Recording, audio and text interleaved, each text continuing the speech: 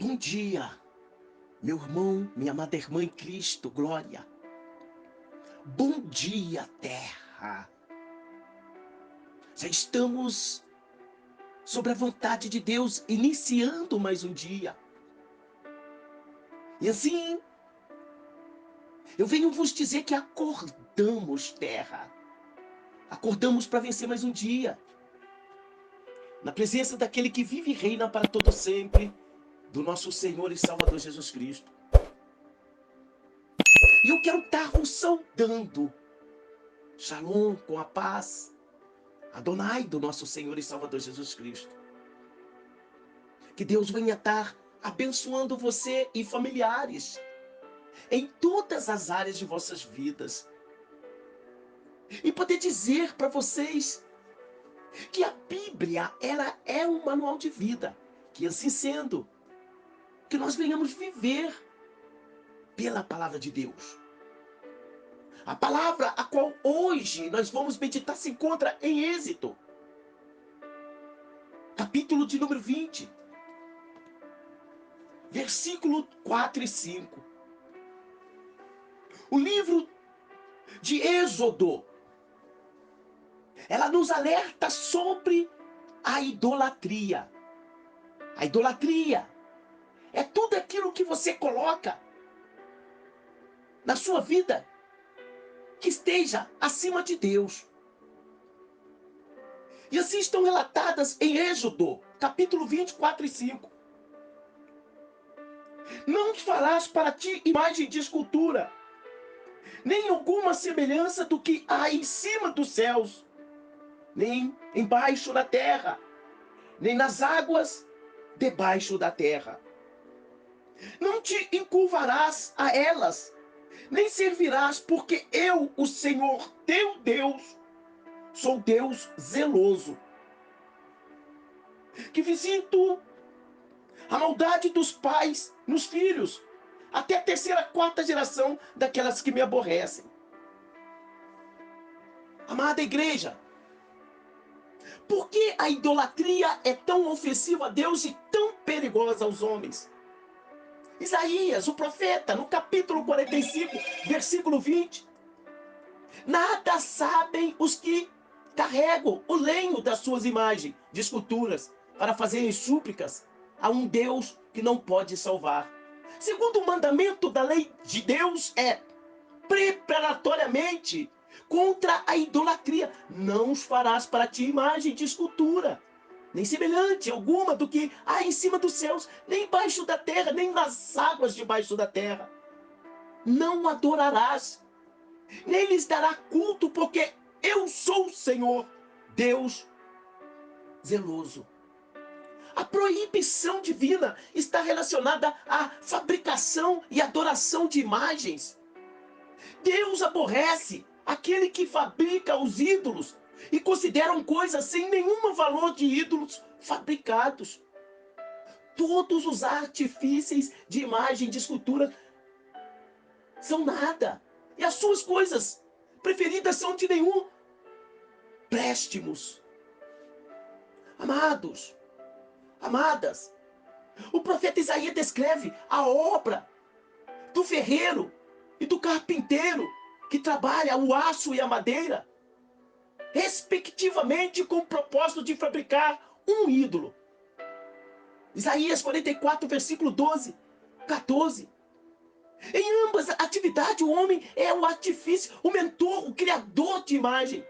Em ambos casos, a imagem fabricada parece um ser humano, mas é um pedaço de madeira ou de aço, sem vida, sem qualquer poder. Amada igreja, a idolatria tira o entendimento do homem, pois esse artifício pega parte de madeira para queimar no forno, o fim de fazer as suas refeições, e a outra parte de madeira ele trabalha cuidadosamente para fabricar ídolos. Depois, esses mesmos artifícios se prostra diante de sua própria criatura e adora-o, faz a ela a sua súplica e diz: Tu és meu Deus. Meu amado, a idolatria cega o entendimento das pessoas e anestesia espiritualmente. Por isso, os idólatras se apacentam de cinza. A idolatria engana, ilude o coração das pessoas, pois passam a confiar naquilo que não pode livrá-las. Leia Isaías 44, versículo 21. Mas por que a idolatria engana se o ídolo é nada? Por que a idolatria é tão perigosa se o ídolo tem boca, mas não fala, tem olhos, mas não vê, tem mãos, terra, mas não apalpa, tem pés, mas não andam? O apóstolo Paulo responde essa pergunta dizendo que, e não obstante o ídolo ser nada, o que está atrás deles são demônios. 1 Coríntios, capítulo 10, versículo 19 e 20, para que essas palavras não fiquem sobre a minha vontade, mas sobre a vontade de Deus para a sua vida. Amada igreja, a idolatria é uma corrupção do ser divino, pois Deus é espírito, e também é uma santidade a qual nós devemos reverenciar todo o tempo de nossas vidas. Meus amados, aqueles que pensam estar agradando a Deus, venerando ou adorando uma imagem de escultura, pensando com isso estar adorando ao próprio Deus, estão absolutamente enganados.